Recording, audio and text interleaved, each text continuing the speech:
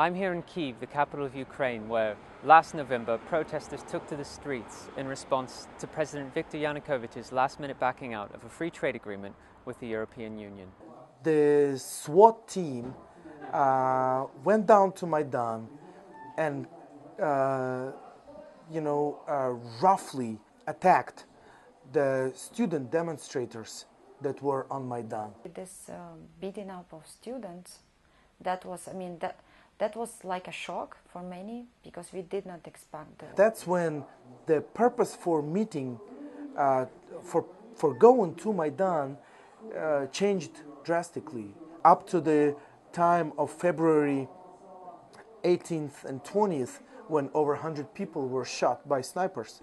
They would attack people in their cars. They would attack people with the Ukrainian flags or Ukrainian symbolism, and they would kidnap a lot of. Who were Ukrainian security? Yeah, they would not do it themselves, but they would protect the people that they hired to do that.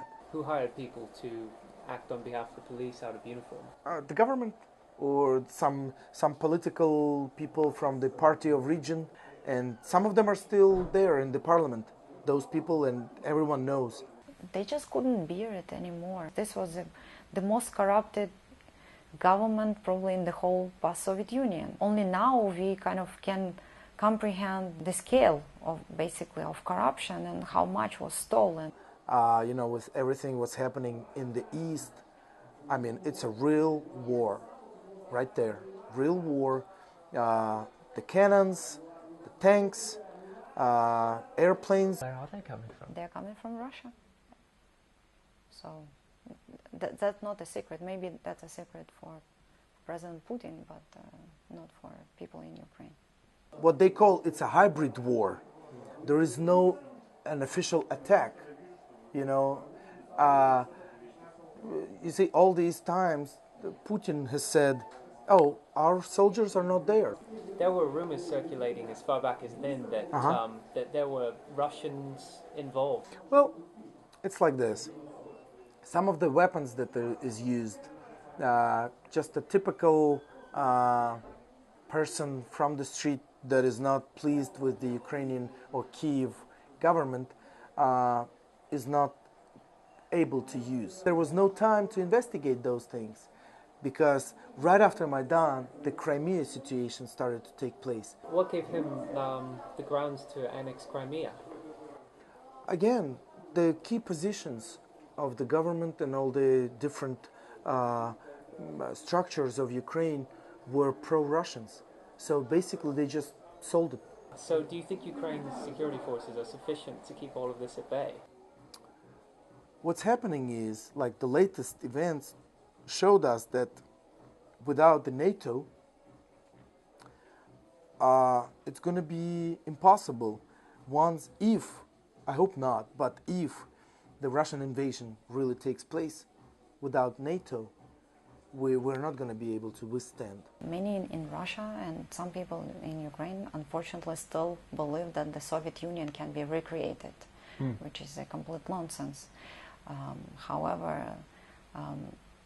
for this purpose, they try to get the former Soviet Union republics together to create some kind of other union. In the East, in reality, most of them did not want to, break free from Ukraine. And so many people I know from there, they're shocked. Well, hasn't Vladimir Putin has said that he has no intention of recreating the Soviet Union? He's pulling troops back. He doesn't support this separatist movement. What proof is there that he's doing anything wrong? If you look at what he said over many years, you would quickly realize that you should never trust the words that he pronounces. I've never seen so much lie, Russian national TV, about Ukraine.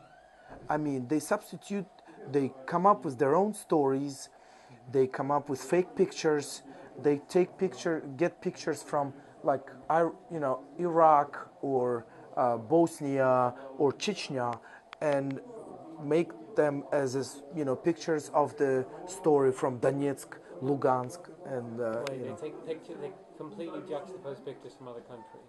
exactly. All the time we need to try to prove to EU that we are the prey, we are the victims. We need to learn from our mistakes and develop our informational war or informational resistance, but not give reasons for the Russians to show. Now, you see, those guys are wild. How is Ukraine different, distinct from the Russian Federation?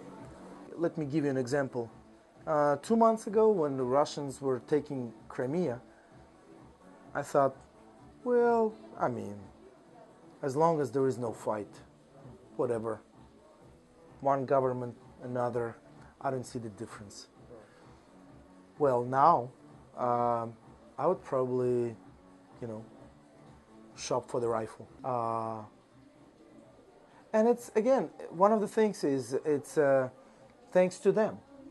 Really, Ukrainian people are more and more uniting right now, and more now recognizing, yes, that's what we want. We want our country separate from those people that call us, lots of different names. They call us fascists. They call us Nazis. They call us, what? What are you talking about? Ukrainians are very patient in nature. However, when they get to the point of no return, then there's no basically tolerance. Where do you see this all ending up? When the EU and the United States move to the third level of sanctions, that's what I'm hoping. That the new government, at least there is intention to reform. We'll see. We'll see how it goes. Definitely, it's difficult, and there is a lot of resistance because there are still a lot of people who used to corruption. So it's difficult to change, but I'm sure we will.